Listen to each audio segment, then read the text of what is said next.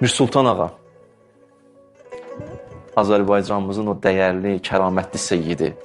Kibiləsi vardı, onun ziyarətgahı var. Mir Sultan Ağanın, o da orada dəfn olub. O biraz öz seyyidimizdən, o kəramətli seyyidimizdən də sizə danışım. Allah bu xalqa kimlərə lütf edib. Mir Sultan Ağa 93-cü ildə dünyasını dəyişdi. Elə Məkkədə. Necə dünyasını dəyişdi? 1933-də dünyaya gəlib.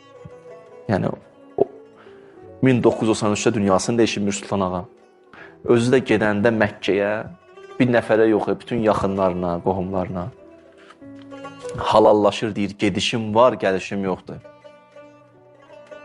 Nə qədər insanla halallaşır. Övladı deyirdi ki, deyir, kəfənini də götürdü, getdi. Kəfənini də götürdü, getdi.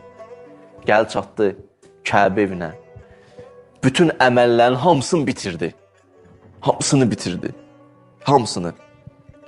Ondan sonra orada olanlar, zəvvarlar danışır ki, gəldi deyəndə deyir, əllərin qaldırdı, bitirəndən sonra bütün əməllər. Dedi, mən dua edəcəm, siz amin deyərsiniz. Bu biz də deyir, nə bilək, nə deyəcək. Dedim, ey məni özünə qonaq eləyən Allah, bu evinə qonaq eləyən Allah. Mən bura sənə qovuşmaq üçün gəlmişəm. Bilirəm nə var, nə yox. Allah qurban olduğum ilham eləyib. Dualar elədi. Elə həmən yerdə, o Məkkədə dünyasını dəyişdi.